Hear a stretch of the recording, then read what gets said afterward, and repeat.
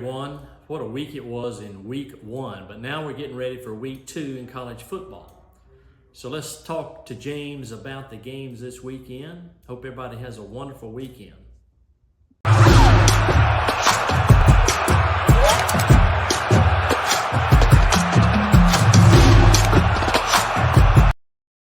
What's going on, world? It's your boy at Big Game James _36. I'm here with Greg McGarity, and this is our TaxSlayer Gator Bowl Drive to Selection show presented by Toyota, where each and every week, me and Greg come to you and talk to you about what's going on in the college football world and as it relates to the TaxSlayer Gator Bowl being played January 2nd here in Jacksonville, Florida. So, 100 games in a few days, and I outside of some results that I don't like, that I have no control over, I was like a kid in the candy store. I love football. Well, if you love college football, it was wonderful, like you said. And what a way to end it with that game Sunday night, which I think Southern Cal surprised a lot of people. LSU disappointed again in an opening week. And then Monday night, you have to give all the credit in the world to Bill O'Brien and Boston College. The way they dominated both lines of scrimmage opened a lot of eyes up in the ACC. A good NFL coach comes in with a mindset, did the most disrespectful thing that you can do in football. I love being on the other side of it. I mean, on the right side of it. I hate being on the bad side of it. I call it the most exciting play in football, victory. Like to take a knee when you know you can score, that's just some people, that is the ultimate sign of, I just whooped your behind. Yeah. What were some of the games that stood out over the weekend? And let's just talk about, I know one for me that would have been an intra-conference matchup that obviously we can't see a replay of this, would be Florida-Miami.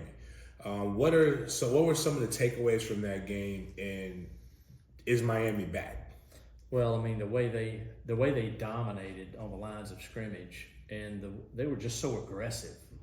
They have a very talented quarterback. Everybody saw that.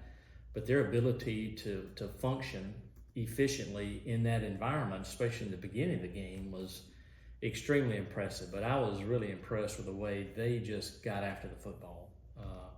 They were able to run the ball well. Their passing was extremely efficient. And, Florida's defense really wasn't up to the task, and it showed in the final score.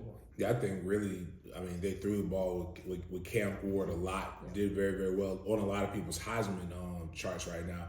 But they really could have just ran the ball right now, and which just is a scary thing, because everybody knows that when Miami gets it going, they're very bombastic, very fun, but a very fun brand of football to watch. Now, before we get into the other things, you have a little bit more experience than some of us. And the only reason you watch shows like this is not, obviously we're getting good content, but everybody wants to be an insider. Like, now we're teaching people how to pick bowl games, but not every day do you get a guy who's actually been through the experience as an athletic director, of hiring, and the unfortunate part of firing somebody. So Florida fans right now are not happy, and I get it. But how does the process, and how early does the process start with firing a coach? Is it something that you kind of just wait to the end of the season for? Is it something that you kind of, all right, it's on my radar, I don't want to do it, I need to start planning it? What goes into all of that? Well, there's so many things, James, that do go into that discussion or that evaluation. And there are a lot of markers, and really it's up to the athletic director to determine what those markers are. Certain things you want to be able to view practice. You want to be able to see how people react to certain situations, see how people react to failure, see how resilient they are, see how they play in week 2 and week 3 and week 4. So I think patience is in short demand now, but in situations like this, you have to be patient. Probably the worst thing you can do is really make a change during the season. It doesn't really gain you anything other than a lot of uncertainty. And at the forefront are the players. And as long as their experience is positive, and you want to win, don't get me wrong, that's the name of the game in college football, is winning. But a lot of times when you make decisions, then there's so much uncertainty in the air, and who's to say for certain you've got somebody already lined up? Because a coach, if you're trying to go after another coach, they're already coaching at an institution. So what kind of message would that be to that prospective coach that man, I've got my own season to worry about right now. Where is the respectability? If I want to work for someone that's going to be operating like that, I don't think so. So there's so many things to evaluate, but really it just gets down to the athletic director making a decision that he or she thinks is best for their total program. And whatever that is, it's just up to the athletic director, and I'm sure the president as well having to approve things. So with the pressure that comes from people writing checks and doing different things of that, is that something that's just, it comes with the job, you got to know that's coming, but you have to have the fortitude to be able to do what you need to do? Or is it are you beholden basically to the shareholders? No, I think that's the key balance that you have to have. Certainly you're going to have people that weigh in, okay? But they're going to weigh in and maybe be, we got to go in a new direction, got to have a new coach. But when it comes time to make a decision to maybe remove that coach, they're gone. They want to be there in the beginning. So I just feel like you listen, you take that with a grain of salt. I think a critical thing is it's really up to the athletic director to make decisions of that nature. And having been in that situation before, you have to evaluate so many things.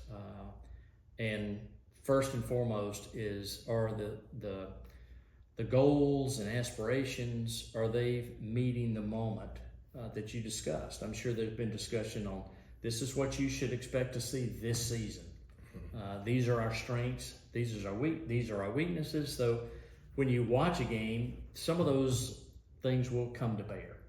So the worst thing can happen is for you to be totally shocked with certain things. That's probably a red flag there. But I think if you can't make the decision after one game, you have to see how the season plays out, because you've heard all the great stories about teams turning their program around, starting off with a loss.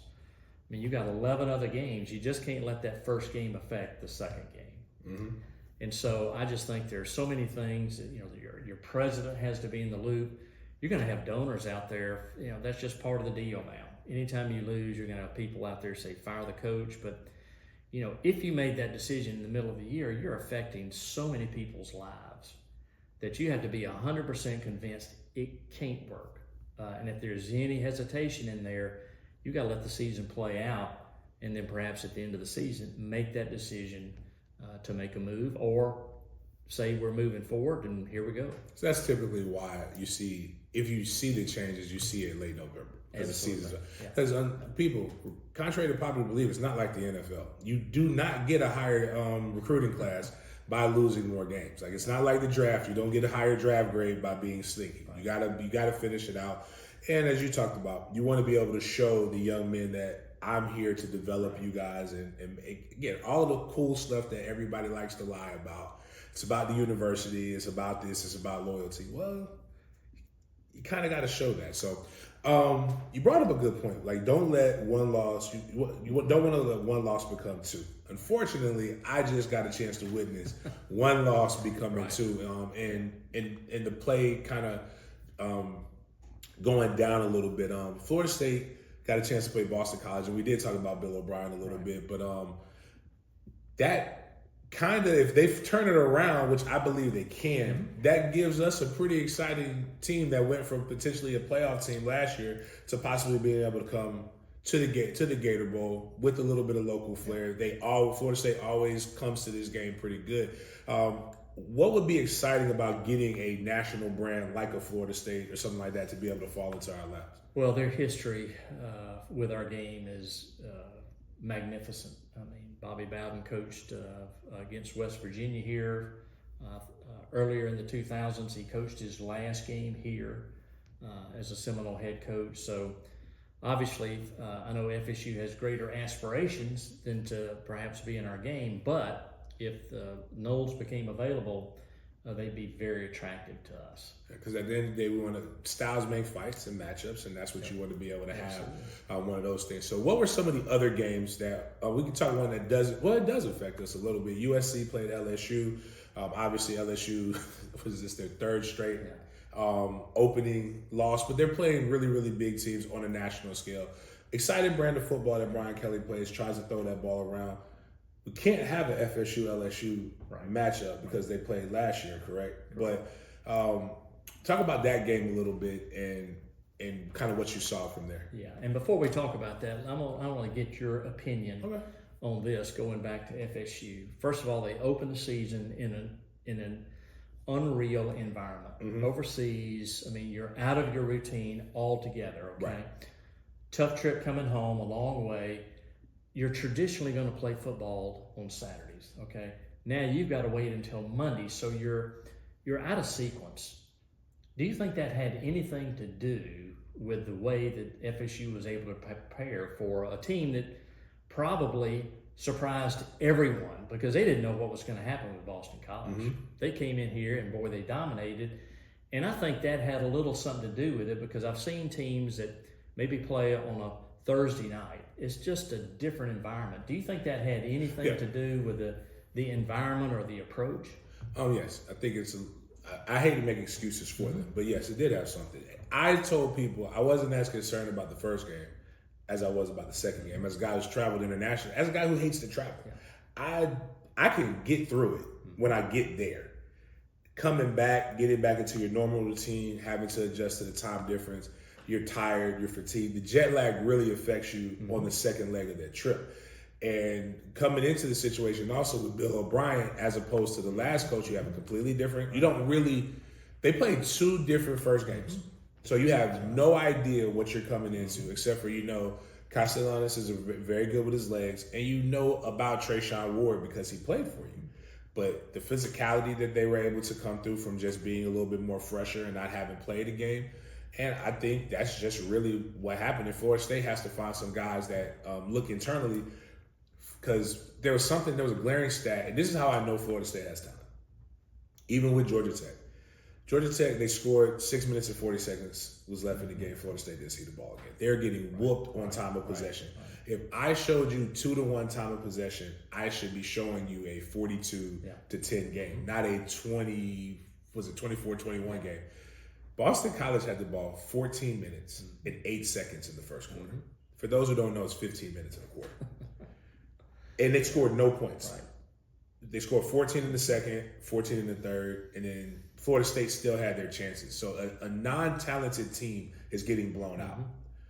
The problem is there's a disconnect with guys not knowing how to get out of their own way. So that's really the big thing. And I think Mike will eventually find it, or this might be a great learning lesson for a team that needs to get built back up if they're going to get back. But it's still stuck to watch. Well, the best thing is they have an off weekend, so they can kind of get back into a routine. Like you said, I think they'll right the ship, and I think they've got too much talent. I think they'll figure things out, and to where DJ can manage a game much like he did at Oregon State. His numbers weren't great at Oregon State, but Coach Smith there was able to put him in a position to manage the game. Right. So I think the running game's got to appear and just run the ball, like Brent Key said, run the ball. So anyway, but I just wanted to get your feeling on that, because as a fan too, you're out of kilter too. You're used to going to Saturday games, either home or away, and you just play those odd time, odd location games, and it just throws you in a bit of a little different kind of kilter.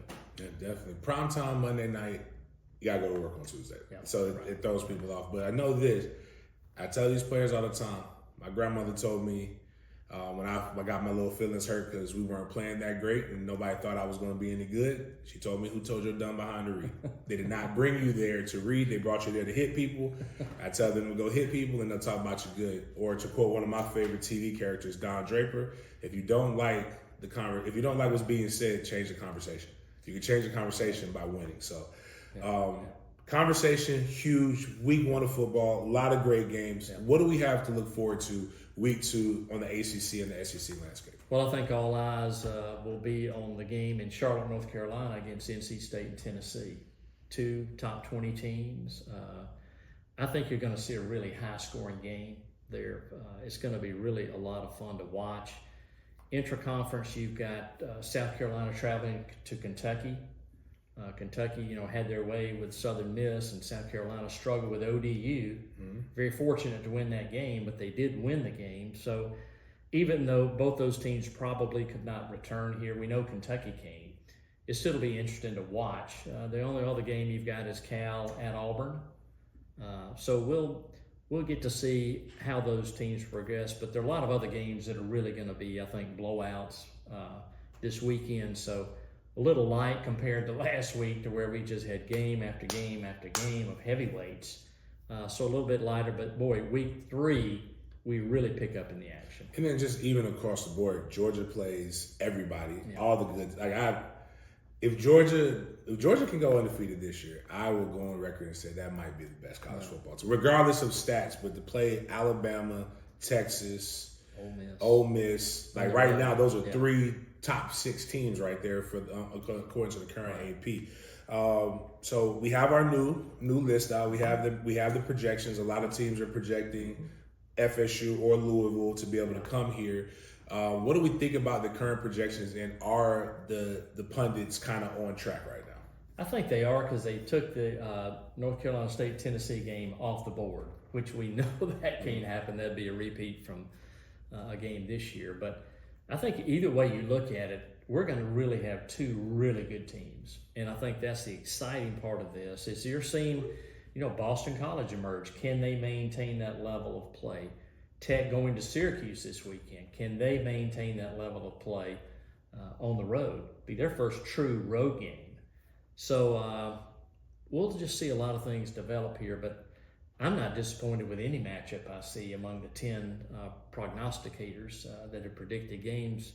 I think you just pick any one of those and say, let's go play ball and have a great game on the 2nd. Which is one of the beauties of conference expansion, as well as the 12-team playoff. So everybody, just change doesn't mean the world is falling. You don't have to be Chicken Littles out here. It actually will probably make the bowl game season so much more incredible, because there will be more big time matchups than what you were used to being able to see. And it all comes down to January 2nd, prime time, Jacksonville, Florida, the Gator Bowl. And each and every week, we will be giving you the updates here. Me and Greg McGarity with the TaxSlayer Gator Bowl Drive to Selection presented by Toyota. We will see you guys next week.